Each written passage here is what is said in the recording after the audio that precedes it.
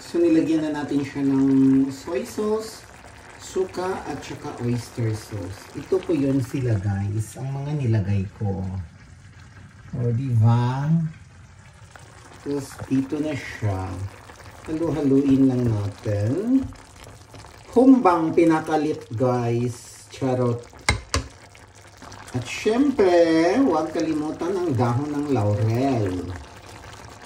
So yan, pakukuluan lang natin siya guys ng 1 hour para masyadong soft and tanja. Yan. So guys, yan na guys, kakain na tayo, only rice. Adobo. Humbang Bisaya pinakalit, wala sa plano. So yan guys, let's eat na. Kain-kain na tayo.